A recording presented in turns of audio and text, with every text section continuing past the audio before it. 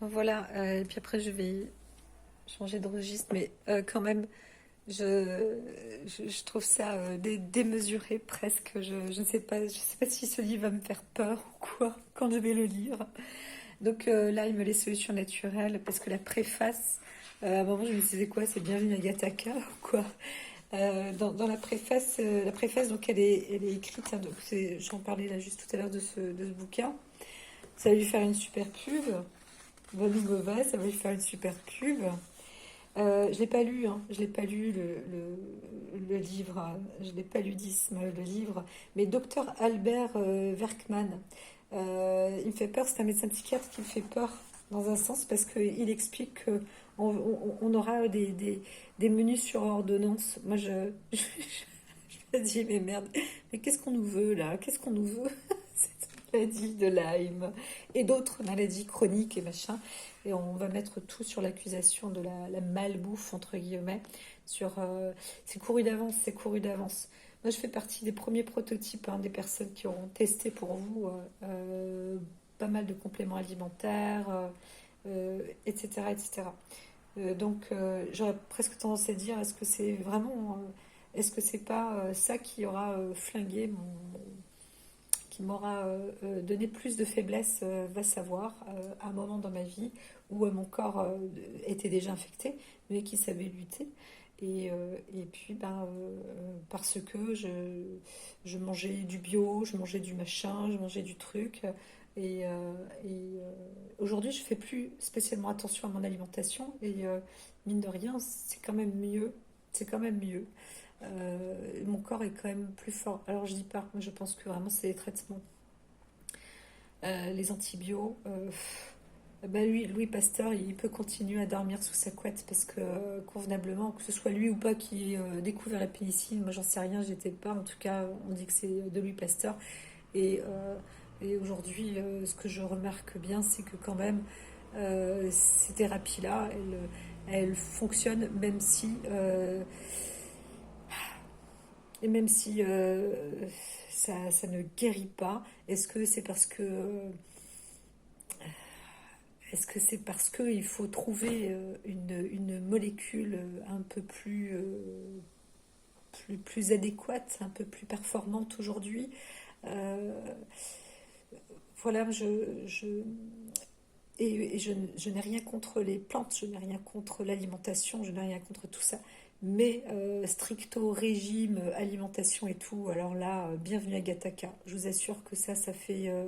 Ça peut. Euh, Ça peut faire un peu peur, hein, parce que ça va bien la robotisation à 5 minutes, mais de nous dire pourquoi est-ce qu'on. À quelle respiration, quelle fréquence respiratoire on doit vivre, à quel moment on doit se lever, à quel moment on doit se coucher, à quel moment. Vraiment, on devient des humanoïdes. Et c'est pas ça l'objectif. Alors moi, j'espère que cette maladie de Lyme et les autres maladies chroniques ou autres, elles ne vont pas permettre justement à certains scientifiques qui en plus ont peut-être la mainmise, hein, l'ont peut-être déjà, j'en sais rien. Je veux pas me retrouver dans des parano comme ça. Mais quand j'ai lu la préface, j'ai dit oula, ouf, ouf. Alors je vais prendre du recul. Mais voilà mon avis pour l'instant. Et peut-être que je lirai dans un an ce livre, j'en sais rien, je n'en sais rien.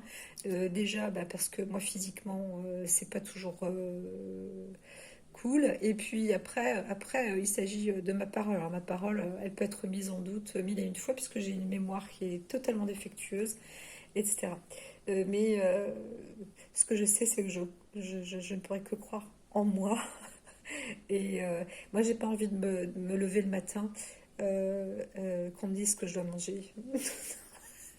Non, non, non, non, non, non, non, là, sans façon, sans façon. Franchement, sans façon. Et, euh, et c'est ça, on touche nos intestins.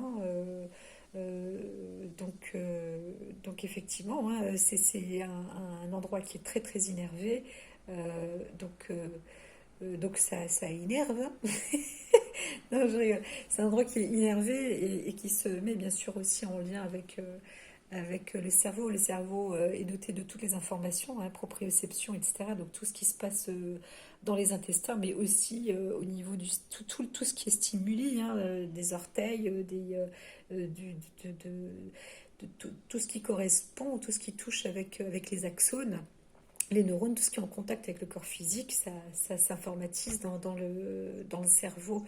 Donc aujourd'hui, on dit l'intestin un deuxième cerveau, c'est parce que ça rentre dans un tube digestif et que tout ce qu'on nous met dans la bouche, tout peut être mis, transformé dans la bouche. Et en plus, effectivement, les intestins sont une porosité. Donc, donc on peut faire transparaître tout ça. Je parle de nouveau de trop. Mais ça m'interpelle. Je suis presque impressionnée de voir que, que ce livre-là a été édité et commenté, préfacé par quelque chose d'assez... ah là là, c'est l'avènement d'une nouvelle conscience. Pourtant, c'est le genre d'écriture qui devrait m'interpeller, m'attirer, puisque moi, je suis pour la nouvelle conscience, mais je suis pour la nouvelle conscience, genre les messages de vie. C'est pas cuicui les petits bisounours, hein, c'est le yiking. C'est des choses, des paroles ancestrales, le tarot de la sagesse, les anges, j'ai des prières, j'ai bien évidemment, je suis dialogue avec la source, avec soi-même, avec tout ça, mais de me laisser encore dicter ma conscience par, euh, par, un, par le monde médical qu'on appelle la nouvelle conscience, l'avènement, un tremplin, métamorphose, nouvelle perception, beauté de la nature humaine, l'émerveillement par les découvertes. J'ai l'impression d'être dans un attrape-rêve, d'attrape-nigo. Ça me fait peur parce que cette maladie, elle me concerne, hein. Elle me concerne. Alors je dis peut-être des bêtises. Mais je reste intriguée. Les probiotiques, tout ça, ce sont des souches bactériennes. Il y en a plein. Il y en a plein, plein, plein. Et puis, on va faire en sorte qu'on devienne une seule et unique, même souche bactérienne. Parce qu'il y en a des milliards. On a des familles de bactéries. Et euh, c'est ça qui est assez